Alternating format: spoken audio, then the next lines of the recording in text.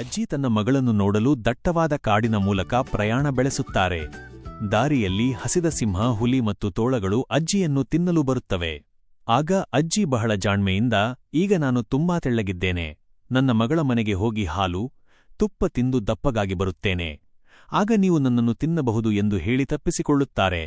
ಮಗಳ ಮನೆಯಲ್ಲಿ ಕೆಲವು ದಿನಗಳ ಕಾಲ ಇದ್ದ ಅಜ್ಜಿ ಹಿಂದಿರುಗುವಾಗ ಪ್ರಾಣಿಗಳ ಭಯದಿಂದ ಒಂದು ಉಪಾಯ ಮಾಡುತ್ತಾರೆ.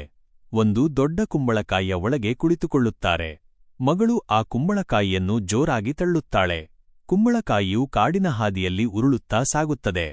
ದಾರಿಯಲ್ಲಿ ಸಿಂಹ ಮತ್ತು ಹುಲಿಗಳು ಆ ಕುಂಬಳಕಾಯಿಯನ್ನು ನೋಡಿ, ಇದರೊಳಗೆ ಅಜ್ಜಿ ಇದ್ದಾರೆಯೇ ಎಂದು ಕೇಳುತ್ತವೆ. ಅದಕ್ಕೆ ಅಜ್ಜಿ ಕುಂಬಳಕಾಯಿಯ ಒಳಗಿನಿಂದಲೇ ಧ್ವನಿ ಬದಲಿಸಿ, ಅಜ್ಜಿಯೂ ಇಲ್ಲ, ಗಿಜ್ಜಿಯೂ ಇಲ್ಲ, ಉರುಳು ಕುಂಬಳಕಾಯಿಯೇ ಉರುಳು ಎಂದು ಹಾಡುತ್ತಾ ಪ್ರಾಣಿಗಳನ್ನು ನಂಬಿಸಿ ಯಾರಿಗೂ ಸಿಗದೆ ಸುರಕ್ಷಿತವಾಗಿ ತಮ್ಮ ಹಳ್ಳಿಗೆ ಬಂದು ತಲುಪುತ್ತಾರೆ. ಈ ಕಥೆಯ ನೀತಿ: ಎಂತಹ ಕಠಿಣ ಪರಿಸ್ಥಿತಿಯಲ್ಲೂ ನಾವು ಧೈರ್ಯಗೆಡದೆ ಬುದ್ಧಿವಂತಿಕೆಯಿಂದ ಯೋಚಿಸಿದರೆ ಅಪಾಯದಿಂದ ಪಾರಾಗಬಹುದು.